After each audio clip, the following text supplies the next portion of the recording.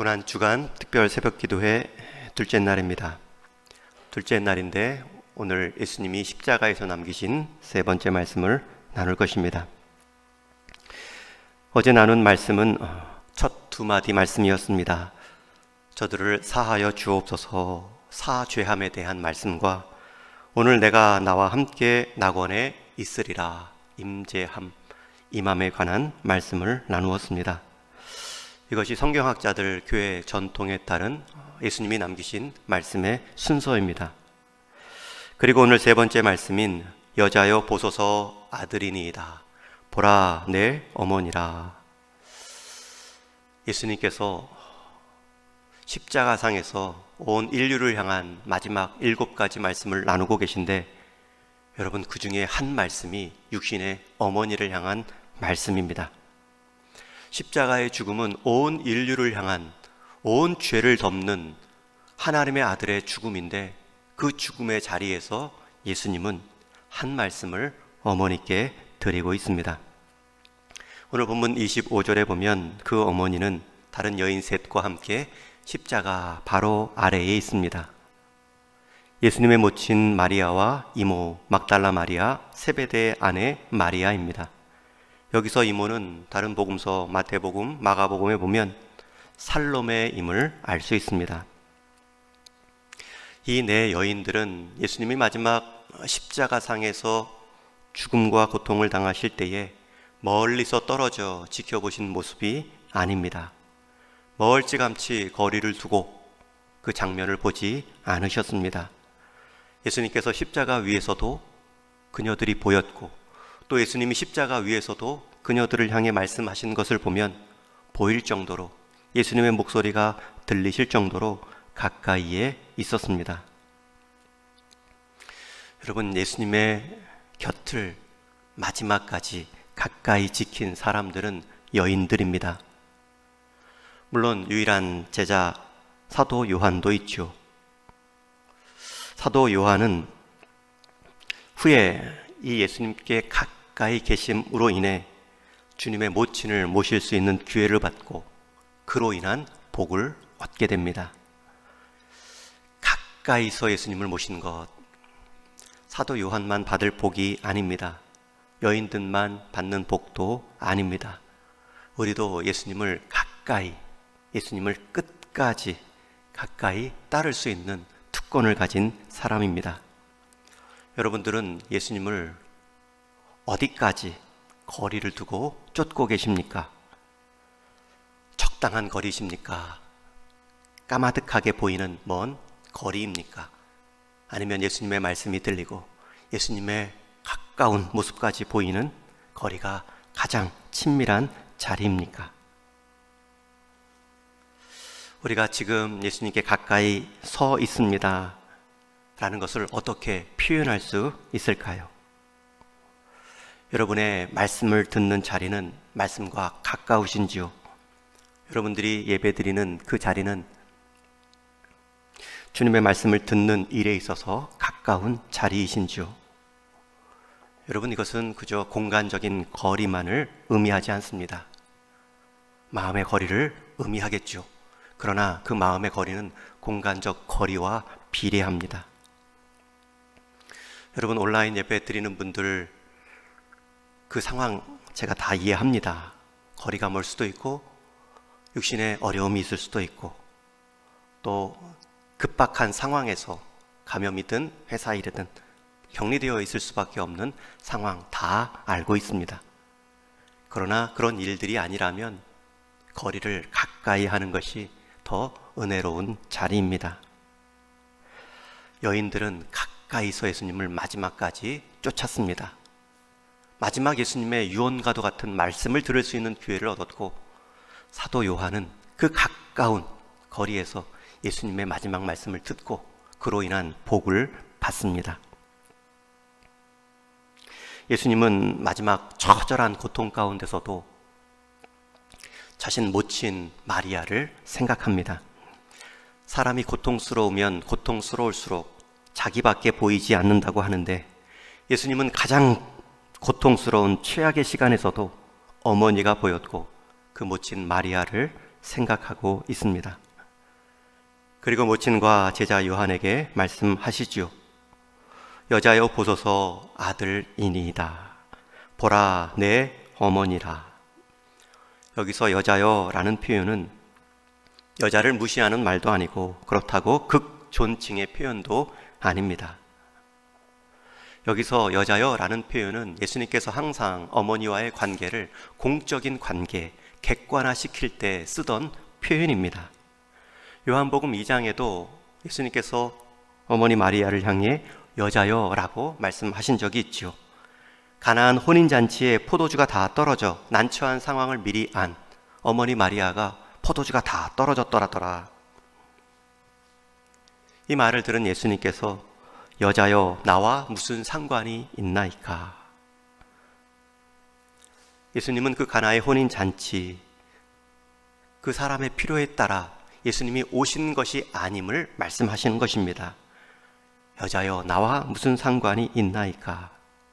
공생의 첫 기적을 행하셨던 그 장소에서 예수님은 사적인 체험을 위해 오신 것이 아니라 그 사적인 체험일지라도 공적인 체험의 교훈으로 사용하시고자 여자여라고 말씀하시며 기적을 행하셨습니다.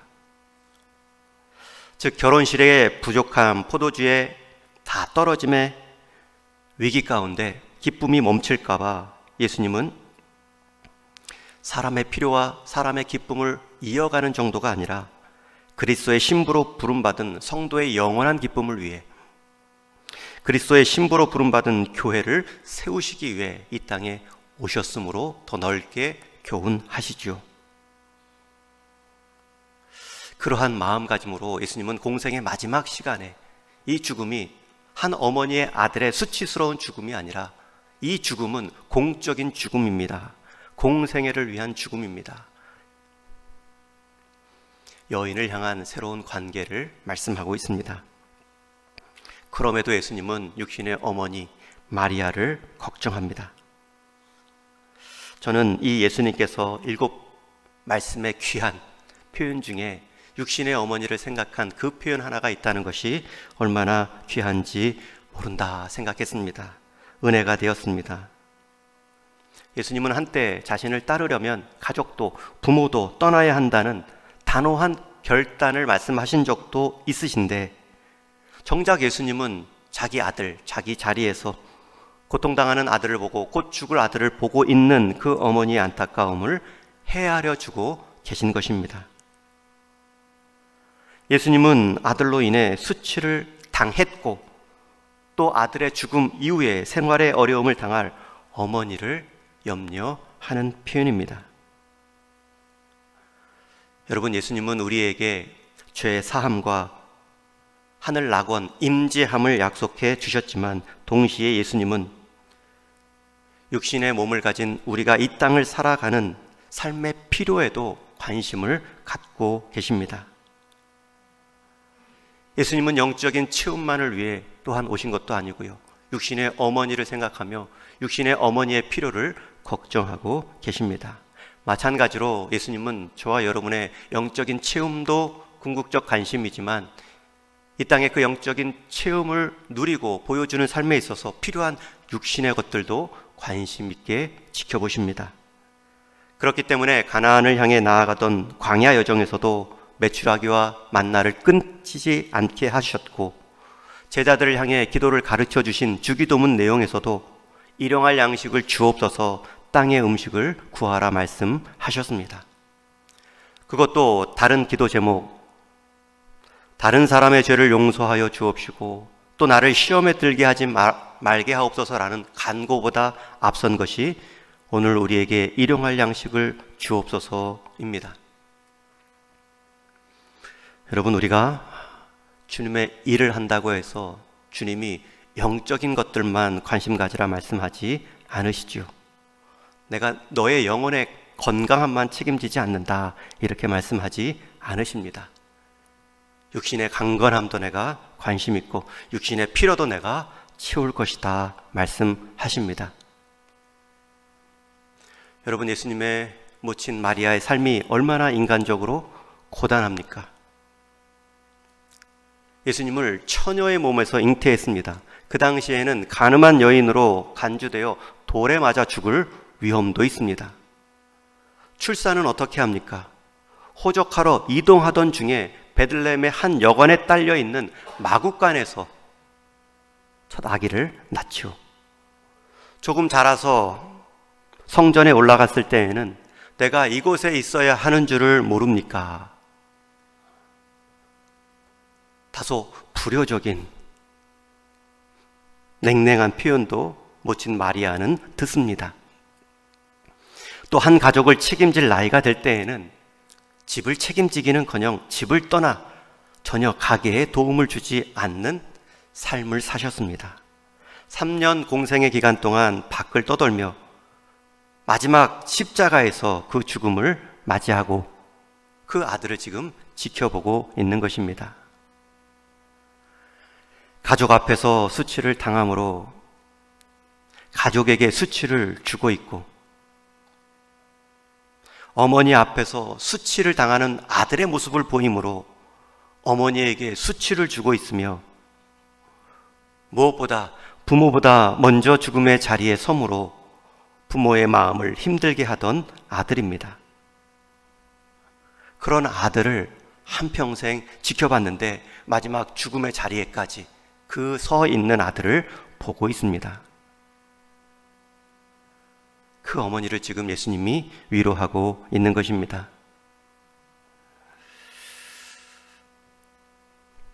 여자여 내 아들이니이다. 이 표현은 이제 제자 요한이 그 어머니를 부양하실 것임을 말씀하는 것입니다.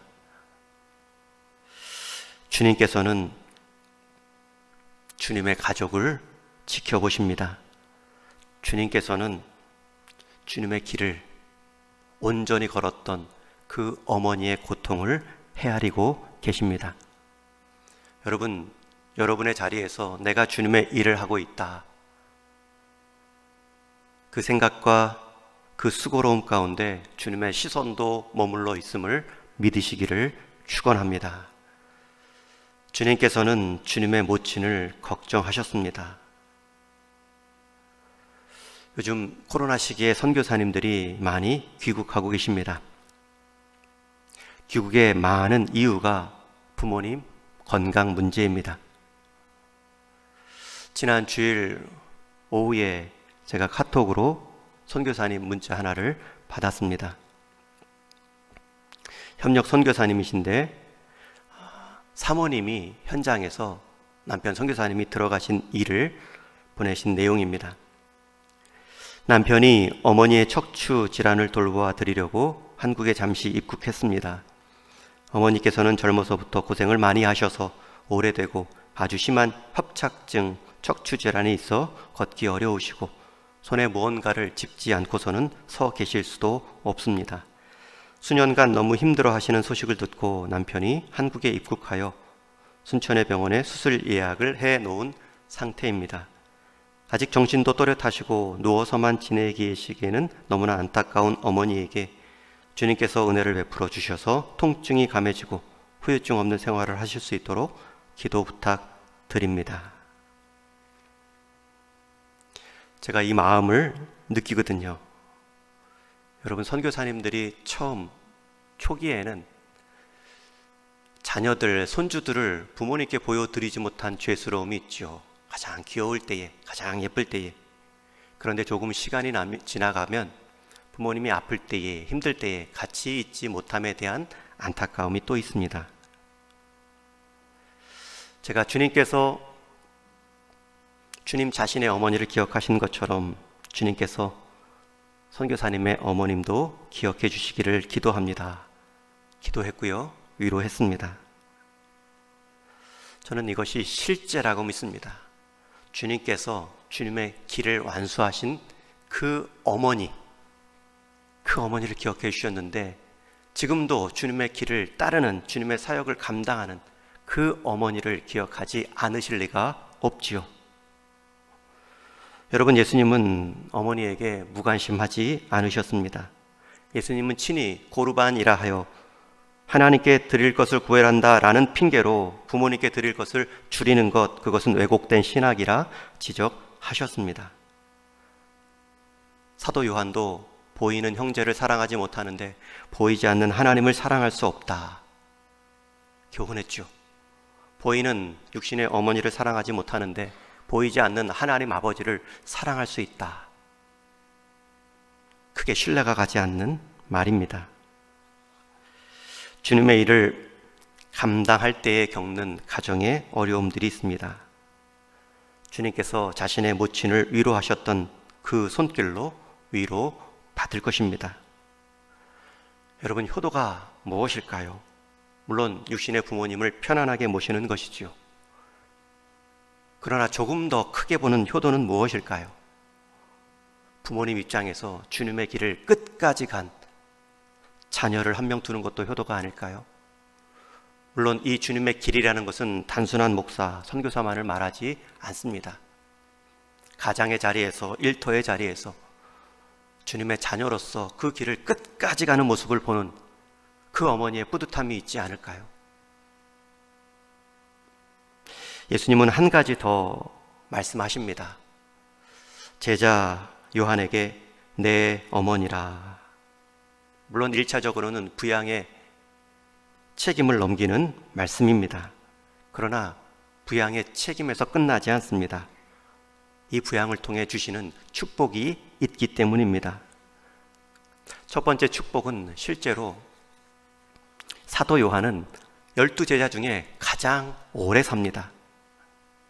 다른 제자들이 다 순교를 당할 때에도 그는 유배를 받아 반모섬에서 환상을 볼지언정 살아남지요. 얼마나 오래 살아남았을까? 초대 교부인 터틀리안의 증언은 그가 100살까지 살았다라고도 증언합니다. 에베소서 6장 말씀처럼 내 아버지와 어머니를 공경하라. 내가 잘되고 땅에서 장수하리라. 문자적인 적용의 복을 받지요. 사도 요한은 땅에서 장수했고요. 성경의 여러 말씀들을 기록으로 남기는 마지막 죽음의 자리까지 함께 따라가는 신실한 제자의 삶으로 쓰임 받았습니다. 땅에서 잘된 모습입니다. 또한 예수님께서는 지금 십자가상에서 어머니의 안위를 생각하며 제자 요한에게 부양을 부탁하지만 여러분, 여기서 부양을 부탁한 대상이 예수님 동생들도 있거든요. 실제 육신의 어머니로 섬겨야 될 형제들이 있거든요. 그 형제들이 아닌 요한에게 맡기신 것을 보면 이것은 육신의 어머니를 잘 모시라는 부양의 교훈 정도가 아니라 이제 자신의 죽음, 십자가를 통해 형성될 새로운 하나님 나라의 가족 관계를 보여주시는 말씀입니다. 여러분, 그 복을 지금 사도 요한이 받고 있는 것입니다. 우리도 마찬가지지요. 믿음 안에서 주님의 보혈로 거듭난 새로운 영적인 가족 관계입니다.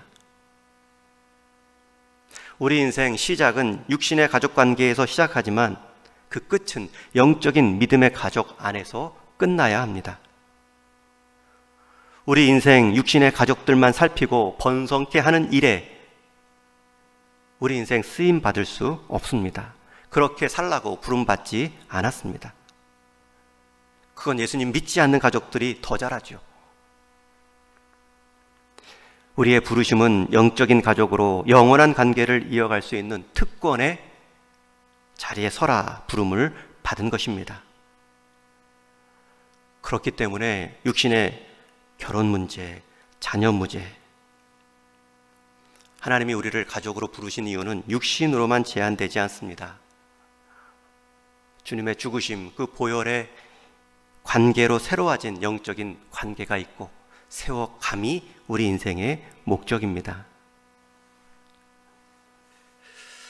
남편 문제, 아내 문제, 자녀 문제로 걱정하시는지요? 아니, 결혼도 안 했고 자녀도 없다고 혹 낙심하고 계신지요? 그것은 낙심의 이유가 되지 않습니다.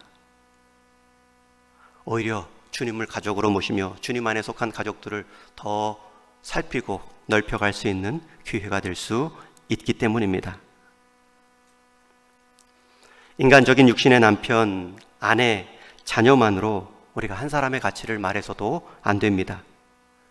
그것은 시작이지 절대 끝이 아닙니다. 우리 인생의 끝은 영적인 하나님 나라의 자녀와 가족으로 내 인생 자리매김하는 것입니다. 우리에게는 그런 위로가 있습니다.